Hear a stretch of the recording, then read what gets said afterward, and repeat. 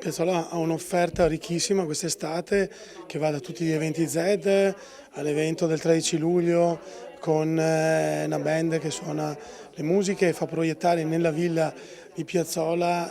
gli eventi di Pink Floyd, poi tutta l'estate del Borgo Co e poi l'evento di Piazzola in Motori, quindi un'offerta ricchissima che valorizzerà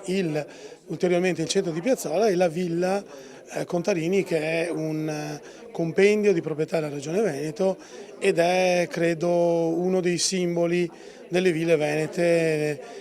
nel nostro territorio. È per me un onore essere assessore alla cultura della città di Piazzola sul Brenta per l'importanza che ha la cultura per questa città, che possiamo dire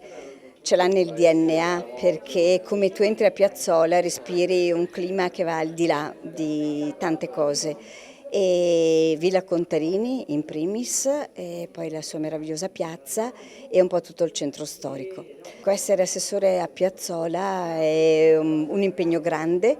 e non solo, perché come sappiamo Piazzola e i suoi eventi sono aperti a 360 gradi alla provincia, alla regione, ma anche a tutta Italia. Come ci raccontava infatti Valeria di Zed, ai loro eventi partecipano persone che vengono non solo dall'Italia, ma per molti concerti anche proprio dall'estero. Quindi vi aspettiamo tutti a Piazzola e ai numerosi eventi che ci saranno e che ricordo organizzati in primis sì dall'amministrazione, ma anche con l'importante collaborazione di tantissimi partner, la Proloco, il Borgo Co, i ragazzi di Nova e molte altre associazioni, il CSV di Padova e molti altri insomma con i quali collaboriamo e grazie ai quali riusciamo a fare queste cose meravigliose nella nostra bella città.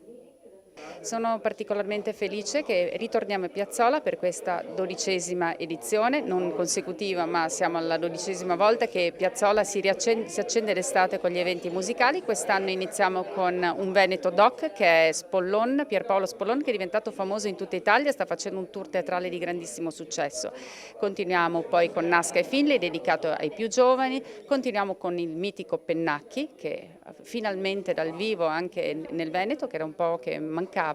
Arriviamo con un evento unico perché fa anche le prove nazionali del tour estivo che è Irama e concludiamo con De André che canta De André. Insomma pochi eventi selezionati ma di grandissima qualità che appassioneranno le estati piazzolesi e porteranno pubblico da tutta Italia.